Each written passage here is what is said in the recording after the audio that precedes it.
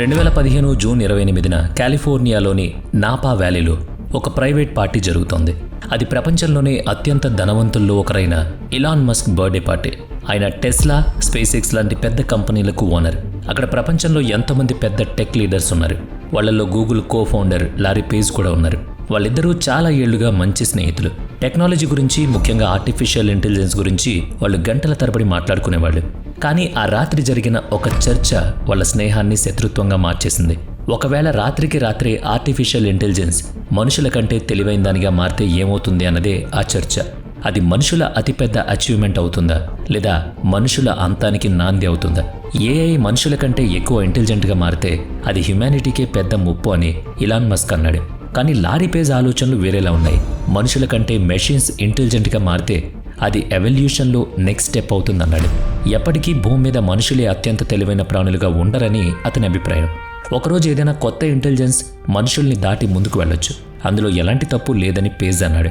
ఈ మాటల మధ్య వాదన పెరిగిపోయి లారీ పేజ్ కోపంతో మస్క్ని ఒక స్పెషిసిస్ట్ అన్నాడు. అంటే కేవలం తన సొంత జాతి మనుషుల గురించి మాత్రమే ఆలోచించే వ్యక్తి అని అర్థం. అవును, తను మనుషుల పక్షమే అని మస్క్ బదులిచ్చాడు. ఇది కేవలం ఇద్దరు స్నేహితుల మధ్య జరిగిన వాదన మాత్రమే కాదు. ఇది ఏఐ భవిష్యత్తును నిర్ణయించే రెండు వేరువేరు ఫిలాసఫర్ల మధ్య జరిగిన పోరాటం. ఒకవైపు ఏఐ అనేది హ్యుమానిటీకి నెక్స్ట్ బిగ్ జంప్ అని నమ్మేవాళ్ళున్నారు. మరోవైపు జంప్ వల్ల ఎక్కడ మనుషుల చేతుల్లోంచి కంట్రోల్ పోతుందో అని మరొకరు అంటున్నారు. అయితే ఏఐ గురించి ఇలాన్ మస్క్కి ఉన్న భయం ఆ పార్టీ కంటే ముందు నుంచే ఉంది. 2012లో డీప్ మైండ్ ఫౌండర్ డెమిస్ హసాబిస్తో మస్క్ ఒక ఇంటర్వ్యూలో మాట్లాడారు. భవిష్యత్తులో భూమి మీద ఏదైనా పెద్ద వినాశనం జరిగితే మనుషుల్ని రక్షించడానికి వాళ్ళని మార్స్ మీదకు తీసుకువెళ్లాలని మస్క్ చెప్పాడు. అప్పుడు డెమిస్ నవ్వుతూ ఒక మాట అన్నాడు. ఒకవేళ సూపర్ ఇంటెలిజెంట్ ఏఐ మనుషులను ఒక ముప్పుగా భావిస్తే అది మనల్ని మార్స్ మీద కూడా వదిలిపెట్టదన్నాడు. ఆ ఆలోచన మస్క్ని భయపెట్టింది. అప్పటినుంచి ఏఐ అనేది కేవలం ఒక టెక్నాలజీ మాత్రమే కాదని, అది హ్యుమానిటీ భవిష్యత్తుకు సంబంధించిన రిస్క్ అని మస్క్కి అర్థమైంది. అయినప్పటికీ ఇలాన్ మస్క్ ఏఐకి భయపడి దూరంగా పారిపోలేదు. ఆ రేస్లో తాను ఒక భాగమయ్యాడు. ముందుగా డీప్ మైండ్, ఓపెన్ ఏఐ లాంటి కంపెనీల్లో ఇన్వెస్ట్మెంట్స్ పెట్టాడు. ఆ తర్వాత XA1 అనే తన సొంత ప్లాట్ఫామ్ను స్టార్ట్ చేసి గ్రాక్ అనే చాట్బాట్ను తీసుకొచ్చాడు. ఎందుకంటే రాబోయే కాలమంతా ఏఐదే అని అతనికి అర్థమైంది. భవిష్యత్తును మార్చే ఆ టెక్నాలజీకి దూరంగా ఉంటే ఎలా? కుదరదు కదా. దాన్ని అర్థం చేసుకుని సరైన డైరెక్షన్ ఇస్తేనే మనుషులకు మేలు జరుగుతుందని భావించాడు. కానీ ఏఐ ఎంత వేగంగా డెవలప్ అవుతుందో అంతే వేగంగా ఒక పెద్ద ప్రశ్న ప్రపంచాన్ని భయపెడుతోంది. ఒకరోజు ఏఐ మనుషుల కంటే కూడా ఎక్కువ తెలివితేటలుగా మారిపోతే ఏంటి పరిస్థితి? తనను సృష్టించిన మనుషులకే అది సవాలు విసురుతుందా? అచ్చం రోబో సినిమాలో రజనీకాంత్ లాగా. ఏఐ అనేది మనుషుల చరిత్రలో అతిపెద్ద ఆవిష్కరణ అవుతుందా, లేక అదే మనిషి వినాశనానికి పునాదా? ఏఐకి సంబంధించిన ఈ ప్రయాణం ఎలా ఉండబోతోందో ఇప్పుడు తెలుసుకుందాం. బహుశా మానవ చరిత్రలో ఇంతవరకు ఏ కాలంలోనూ చూడని ఒక పెద్ద మార్పు ముందు మనం నిలబడి ఉండొచ్చు. ఏఐ మనుషుల కంటే తెలివిగా మారుతుందనే మాట ఎందుకంత సీరియస్గా తీసుకుంటున్నారో మనం అర్థం చేసుకోవాలి. ఎందుకంటే ఇండస్ట్రియల్ రెవల్యూషన్ ప్రపంచం స్పీడ్ను పూర్తిగా మార్చేసింది. ఎలక్ట్రిసిటీ చీకటి రాత్రులను వెలుగులతో నింపింది. కంప్యూటర్స్, ఇంటర్నెట్స్ ఈ ప్రపంచం మొత్తాన్ని ఒక్కటి చేశాయి. ఒకప్పుడు అడవుల్లో జంతువులకు భయపడుతూ బ్రతికిన మనిషి ఈరోజు భూమి దాని స్పేస్లోకి అడుగుపెట్టాడు. హ్యుమానిటీ సాధించిన ఈ ప్రతి పెద్ద సక్సెస్ వెనుక ఉన్నది ఒక ఇంటెలిజెన్స్ మాత్రమే. కానీ ఇప్పుడు చరిత్రలో తొలిసారిగా మనిషి ఒక కొత్త ఇంటెలిజెన్స్ను తయారు చేస్తున్నాడు.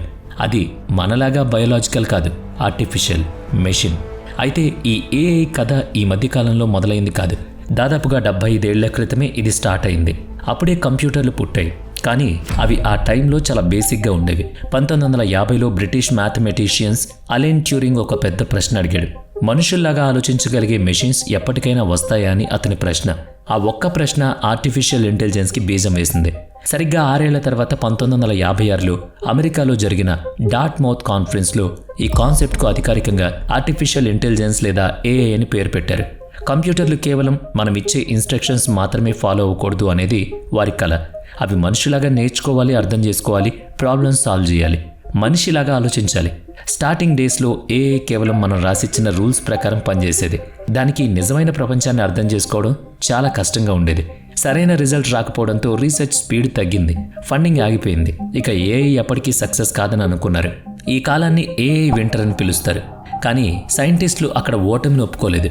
మెషిన్స్కు రూల్స్ నేర్పించే బదులు డేటా ద్వారా నేర్పించడం మొదలుపెట్టారు. అక్కడి నుంచే మెషిన్ లెర్నింగ్ పుట్టింది. ఇప్పుడు ఏఐకి ప్రతిదీ స్టెప్ బై స్టెప్ చెప్పాల్సిన అవసరం లేదు.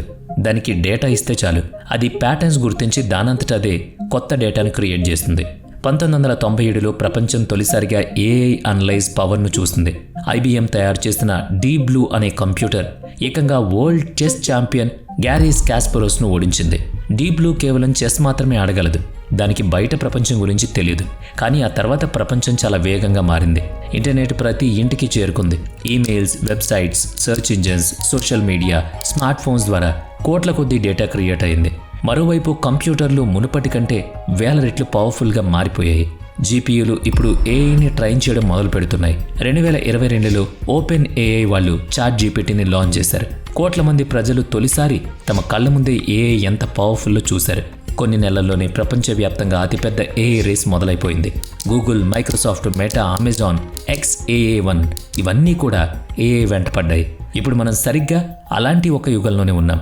ఒకప్పుడు ఏదైనా పని చేయడానికి పెద్ద టీమ్స్ నెలల తరబడి సమయం పట్టేది. కానీ ఇప్పుడు ఏం కావాలో ఏఐని అడిగితే మొత్తం అంతా తీసుకొచ్చి మన ముందు పెడుతుంది. విత్ ప్రూఫ్స్తో సహా, విత్ ఇంటెలిజెన్స్తో.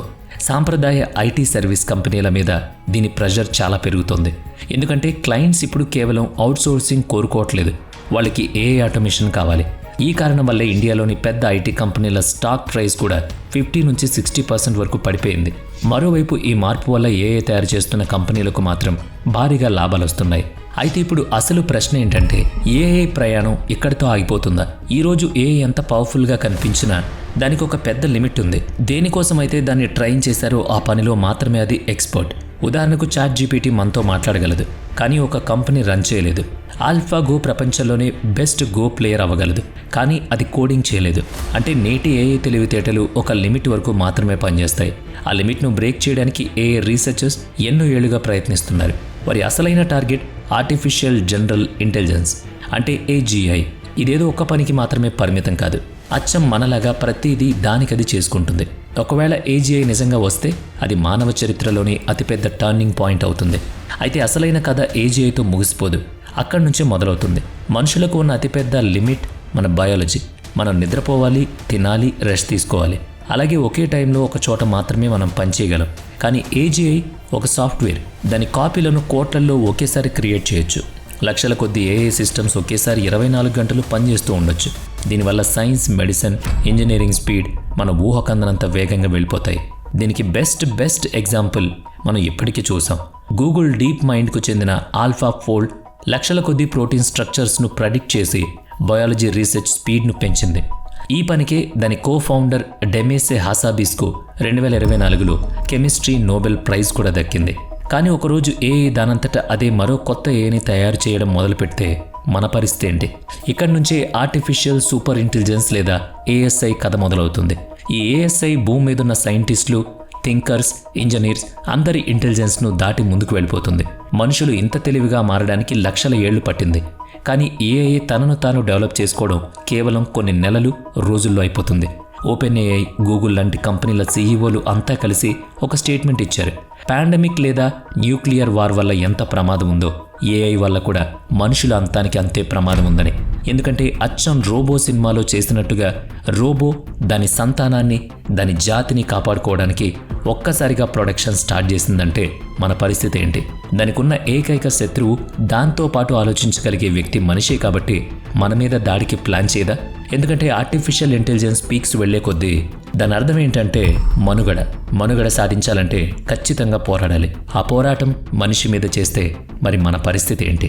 అంటే భవిష్యత్తులో అతిపెద్ద టేక్ ఓవర్ ఆయుధాల ద్వారా కాదు, ఈ టెక్నాలజీ మీద మనం పెంచుకునే ఆధారపడే గుణం ద్వారా జరుగుతుంది. ఏఐ మనుషులను ద్వేషించి మనకు హాని చేయదు. దాని గోల్స్ మన గోల్స్ వేరు కావడం వల్లే ముప్పు రావచ్చు. మనుషులు హైవే వేస్తున్నప్పుడు మధ్యలో ఉన్న అవుట్పుట్ కట్ అవుతాయి, జంతువులు ప్రాణాలు కోల్పోతాయి, కొన్ని చోట్ల చీమలు చనిపోతాయి. అలాంటప్పుడు మనం చీమల మీద ద్వేషంతో ఆ పని చెయ్యం. మన ఫోకస్ అంతా కేవలం మన ప్రాజెక్ట్ మీదే ఉంటుంది. భవిష్యత్తులో ఏఐ కూడా మనుషులను అలాగే చూస్తే పరిస్థితి ఏంటి? దానికి కావాల్సిన టార్గెట్ కోసం ఎన్ని ప్రాణాలు పోయినా పట్టించుకోకపోతే ఎటు పరుగు పెట్టాలి? మరి మీ దృష్టిలో ఏఐ మనుషుల అంతానికి ప్రమాదకరమా, లేక ఏఐ మన అభివృద్ధిలో తోడ్పడుతుందా?